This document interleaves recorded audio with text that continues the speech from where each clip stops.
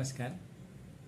मी कवी जितेंद्र सोनवणे पुण्यावरून काव्य वाचन स्पर्धेत माझी स्वरचित रचना सादर करत आहे. कवितेचं शीर्षक आहे घेऊ कसा श्वास स्वातंत्र्याचा. कविता आहे. भारत देश केव्हा स्वतंत्र झालाय, भारत देश केव्हा स्वतंत्र झालाय हा इतिहास आहे 77 वर्षाचा.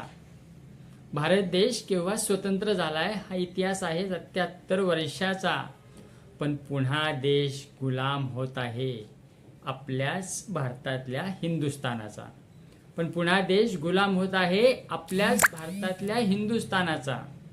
जाती धर्म लादला जातो इथे, घोटला जातोय गळा माणुसकीचा. जाती धर्म लादला जातोय इथे, घोटला जातोय गळा माणुसकीचा.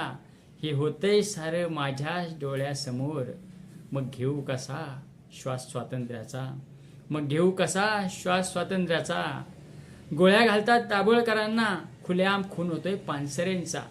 गोळ्या घालतात दाभोळकरांना, खुलेआम खून होतोय पानसरेंचा. क्षणोक्षणी मारली जातात माणसे, हक्क आहे का सत्य मांडण्याचा, हक्क आहे का सत्य मांडण्याचा. आया बहिणींची आबरू लुटली जाते, भर दिवसा होतोय वार कोयत्याचा. आया बहिणींची आबरू लुटली जाते, भर दिवसा होतोय वार कोयत्याचा. मुलींना आहे का स्वातंत्र्य जगण्याचे, मग घेऊ कसा श्वास स्वातंत्र्याचा, मग घेऊ कसा श्वास स्वातंत्र्याचा. जयंती बाबासाहेबांची केली म्हणून केला जातोय वार चाकू तलवारीचा. जयंती बाबासाहेबांची केली म्हणून केला जातोय वार चाकू तलवारीचा.